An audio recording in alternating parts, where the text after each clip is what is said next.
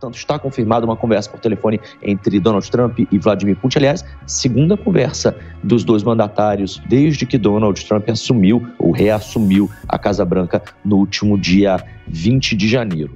Que o Trump disse para o Zelensky que ele não está em condições de dar as cartas, né? Não existe almoço grátis. Chegou a hora agora de Zelensky e da Ucrânia pagarem por toda a ajuda que receberam. Ocupa um governo aliado dos Estados Unidos, né, que é o Zelensky, aliado à OTAN, e agora cada um pegou a tua parte. E o povo ficou com o quê? Hoje, dia 18 de março, né, Trump tem uma conversa com Putin. Então, Trump confirma que vai conversar com Putin, né, hoje. Então, a conversa do Trump e do Putin, né, vai acontecer. E como será, né? Vamos reagir aqui a um vídeo, né? O vídeo é da Jovem Pan e o título é esse que eu acabei de falar, né? Falar aqui do presidente dos Estados Unidos, Donald Trump, a gente dizia que ele deve ter uma conversa amanhã com o Vladimir Putin, o mandatário russo, e a discussão sobre um cessar na Ucrânia. O Eliseu Caetano está de volta aqui com a gente. Eliseu, qual é a expectativa que se tem? O que é que se fala disso aí nos Estados Unidos, especialmente na Casa Branca? Bom dia para você.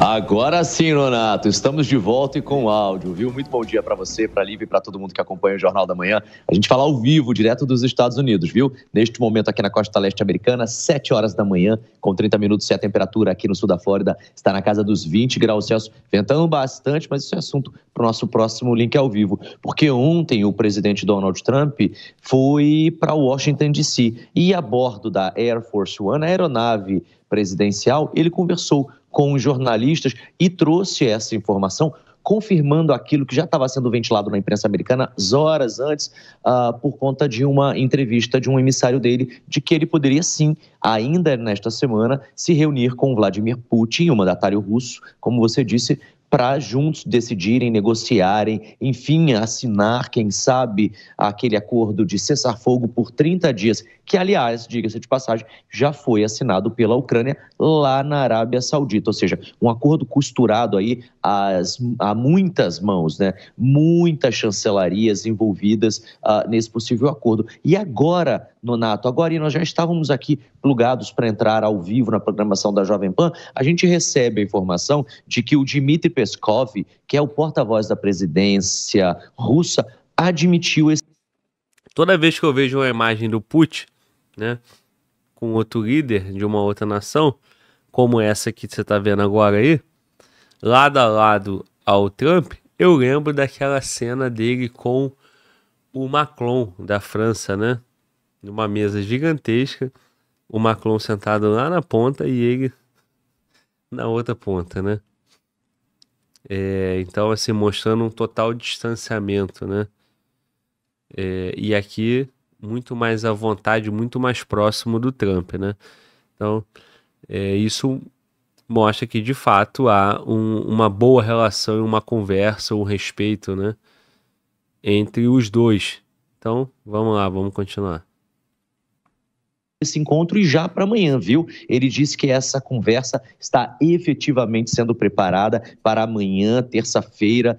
Essa fala dele foi dada agora há pouco durante uma entrevista coletiva à imprensa lá na capital da Rússia. Então, portanto, Vladimir Putin e Donald Trump vão sim ter uma conversa amanhã por telefone para juntos decidirem essa questão do cessar-fogo, essa pauta, aliás, a pauta mais importante do dia, provavelmente amanhã, para Donald Trump vai ser esta.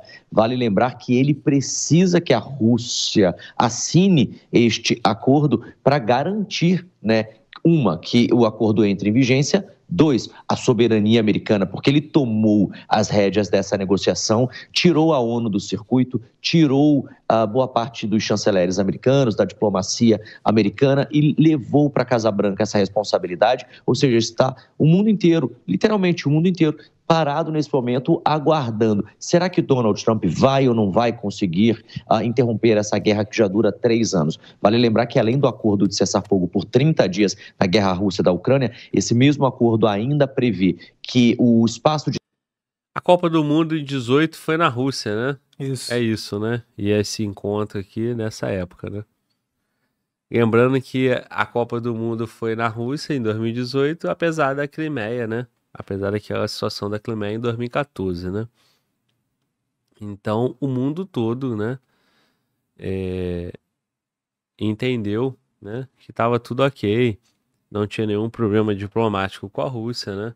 Que a Copa do Mundo é só um evento, né, de futebol, mas, né, tem todo esse impacto, esse simbolismo, tanto de é terra que já foi dominado. Desculpa. Tanto é que o próprio Trump tá aí, né? Junto com o Putin recebendo uma bola de futebol, né? Que foi a bola da Copa. Vai, continua, mano. Volta.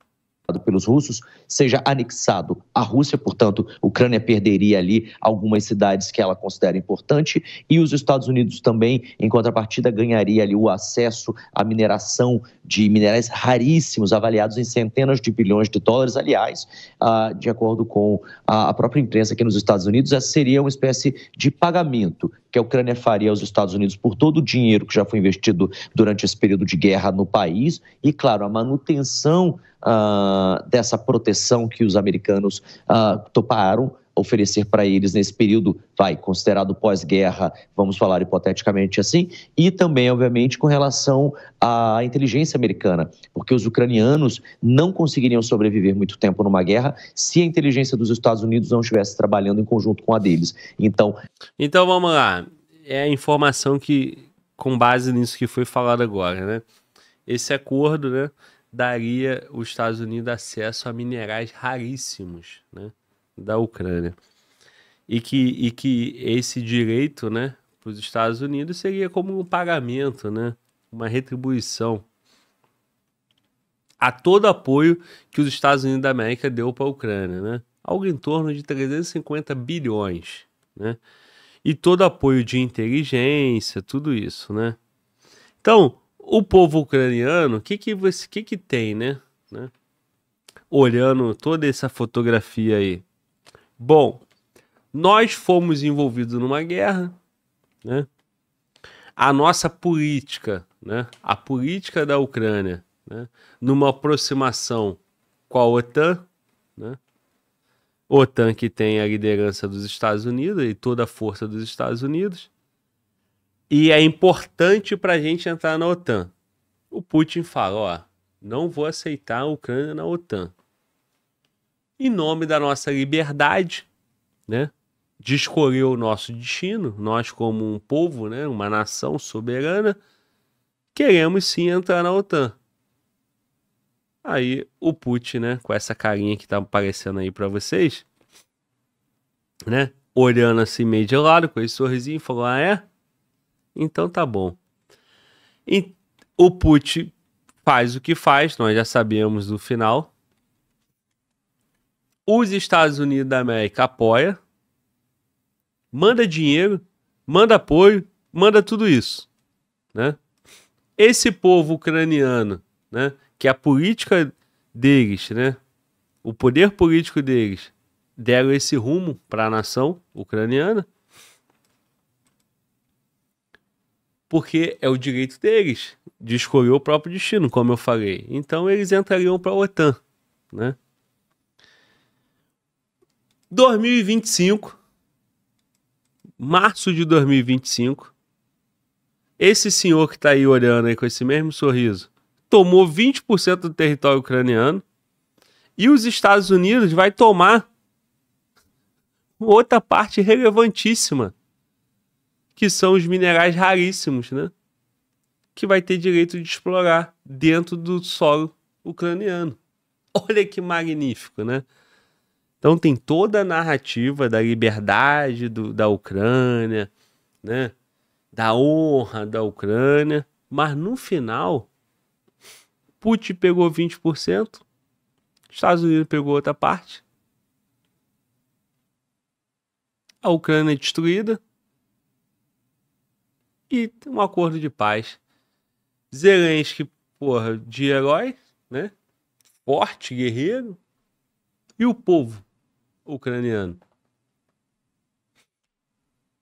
não tá na OTAN, não vai estar na OTAN, perdeu tua terra, sua riqueza, parte pro russo, parte pro americano. É isso. Foi o que cara acabou de falar aí, né? Tu chega em algum entendimento diferente desse?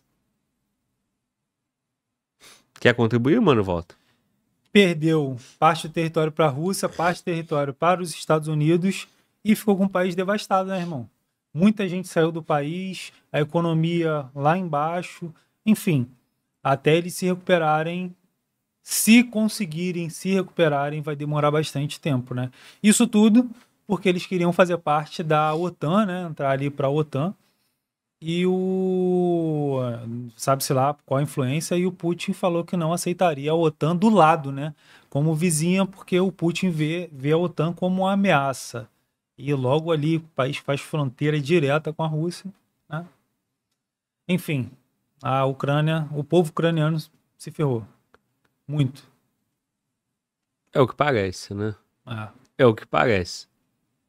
Porque poderia não ter se envolvido, né? E tá com 100%, né? Com influência da Rússia. Aí alguém vai falar assim, Globo, porra, é uma covardia. Então você é a favor. E aí é guerra de narrativa. O que eu tô te contando é o seguinte: seja a narrativa de um, a narrativa do outro, o que tá se desenhando é Putin fica com a parte que ele invadiu, Estados Unidos fica com a parte que interessa a ele, né? E o povo ucraniano para de morrer. Só que antes de 22, né? Ou antes de 14, o povo ucraniano tinha tudo, né? Mas tinha um governo que era aliado do Putin. Cara, tocou por um governo aliado dos Estados Unidos, né? Que é o Zelensky, aliado à OTAN, e agora cada um pegou a tua parte. E o povo ficou com o quê? Vamos lá, vamos terminar o vídeo. Você está falando da inteligência americana, você está falando de recursos militares, né, financeiros também, do armamento, né, que é obviamente ligado ao militarismo, e aí os Estados Unidos teriam acesso aí por um período de tempo não especificado, ou não conhecido até o momento, a esses minerais raros para explorar, vender e, obviamente, fazer muito dinheiro e ter essa conta paga, ou seja, a Ucrânia pagaria por isso, ou seja, tem muitos detalhes, muitos itens nesse papel para ser assinado. A Ucrânia já topou, resta saber agora se a Rússia vai topar. E é importante, Nonato e Lívia, a gente trazer fala aqui do Vladimir Putin, que na semana passada conversou com jornalistas lá e disse que sim, é a favor da paz, que pretende assinar isso, mas não disse se ia fazer ou não, né? Uma coisa é ele ser a favor da paz, outra coisa é, de fato, ele pegar ali a caneta e assinar. E a gente vai estar atento aqui no Jornalismo da Jovem Pan. Amanhã, inclusive, a gente vai ficar durante o dia nessa cobertura para realmente entendermos se a guerra lá na Europa vai ou não vai acabar com essa assinatura. Pelo menos... O Putin é tão a favor da paz, que ele quer um acordo longo, né? Permanente, uma paz permanente daqui para frente. Porque ele tem a Crimeia, ele tem todo aquele território, Donbás inteiro. Ele tem 20% da Ucrânia. Zelensky quer 30 dias. Putin não. 30? Não, pra que 30? Só para preparar a Ucrânia? Só para armar a Ucrânia? Só para dar um fôlego para a Ucrânia? Não, 30 dias não interessa. Eu quero tanta paz que eu quero isso. E eu quero isso por muito tempo. E o Trump? Também, porra. Também. 4 anos de governo dele, e ele é o responsável pela paz. É o responsável também para explorar os minerais raros da Ucrânia. E é isso que está se construindo, né? Vamos lá. Acabar temporariamente, né? O acordo prevê um tempo de 30 dias que pode ser estendido ou não. Mas, portanto, está confirmada uma conversa por telefone amanhã entre Donald Trump e Vladimir Putin. Aliás, segunda conversa dos dois mandatários Nonato e Lívia, desde que Donald Trump assumiu ou reassumiu a Casa Branca no último dia 20 de janeiro. Eu vou seguir daqui acompanhando esse e outros temas, porque tem muito assunto hoje do dia aqui nos Estados Unidos para a gente trazer ao longo desta edição do Jornal da Manhã e, claro, da Jovem Pan News. Eu volto com vocês no estúdio. Tá combinado. Eliseu Caetano, direto dos Estados Unidos. A gente volta a conversar com os nossos comentaristas, Cristiano Beraldo e Deise Ciocari, nesta manhãzinha.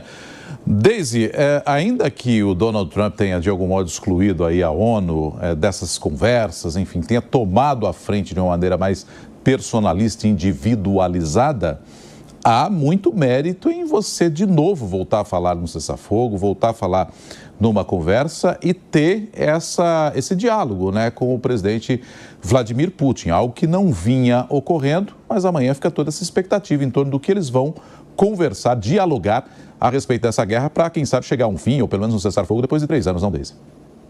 Nonato, se o Trump conseguir se posicionar como um líder que pode resolver o conflito sem grandes custos para os Estados Unidos, ele reforça essa imagem de um negociador pragmático e nacionalista, com um trunfo importante para a base dele, né, essa base eleitoral dele. Agora, qualquer concessão, Nonato, percebida como uma possível vitória para o Putin, ela pode alienar os setores mais tradicionais do Partido Republicano e os aliados internacionais, né? Isso pode minar a confiança no Trump, no governo Trump, né? Agora, tudo vai depender da forma como ele vai conduzir essa conversa, né? Se ele conseguir pressionar o Putin para um cessar-fogo, ele pode se tornar, sim, um grande negociador hábil, né? Então, esse diálogo, ele precisa resultar em concessões unilaterais para a Rússia. E se for somente um evento midiático, essa movimentação ela pode ser lida como uma estratégia sem um impacto real político, né? Agora, obviamente, eu preciso falar isso, né? Quando a gente fala dessas negociações, a diplomacia tradicional ela sugere que qualquer negociação para o fim de uma guerra ela deve incluir todas as partes diretamente envolvidas, né? O Trump anuncia essa conversa com o Putin sem a presença do Zelensky e que deveria fazer parte desse diálogo, né? Então, se o Trump busca de fato uma solução diplomática, uma abordagem multilateral ela seria um caminho mais eficiente, né? Caso contrário, essa negociação ela pode ser percebida num determinado momento como um reforço para equilibrar as forças entre a Rússia e os Estados Unidos, né? Isso ignora completamente. Mas ela falou de diplomacia tradicional, né? E também o Zelensky, quando teve na Arábia Saudita, o Putin também não estava, né? Então foi uma conversa primeiro com um e depois com o outro, né? Fato é, se for só midiático, tudo bem, aí a crítica é totalmente válida, mas está caminhando para uma assinatura. O Zelensky já assinou. Só falta o Putin. Não foi junto? Não foi conforme a diplomacia tradicional? Não, mas mudou. Agora é assim, né? O Trump não é tradicional, né? Vamos. Os interesses da Ucrânia e também enfraquece ela diante dos aliados ocidentais, né? Vamos ver como que essa negociação vai sair. Tudo indica que o Trump vai insistir nesse cessar-fogo, pelo menos para ter ali de novo uma imagem de um grande líder diplomático e pragmático, né? Vamos aguardar. Pois é, o Donald Trump trata o Volodymyr Zelensky como uma figura menos importante e que, na visão dele, ao que parece, vai ser riscada ali mesmo do universo político ucraniano, uma vez que a guerra esteja resolvida.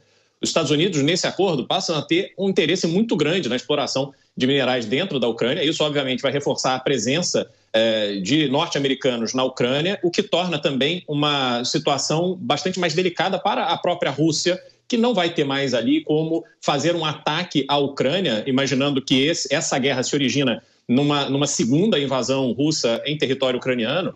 E, a partir de agora, com essa presença oficial e um interesse estratégico dos Estados Unidos na Ucrânia, isso torna-se muito mais difícil. E o Trump se coloca nessa posição de ser o negociador, deixando o Zelensky em segundo plano, porque ele, obviamente, é a peça mais forte desse tabuleiro. O presidente americano, seja ele quem for, ele tem essa prerrogativa, mas Joe Biden não usou esse poder para ser o líder nessas negociações, até porque não tinha condição de saúde para fazê-lo. E agora o Trump dará o resultado que vai ser importante para o contexto mundial, terminar com essa guerra, mas também atendendo ao melhor interesse dos Estados Unidos. Esse é o ponto principal. E Zelensky não tem nada que ele possa fazer contra isso, até porque a gente precisa lembrar daquela máxima, não existe almoço grátis. Chegou a hora agora de Zelensky e da Ucrânia pagarem por toda a ajuda que receberam.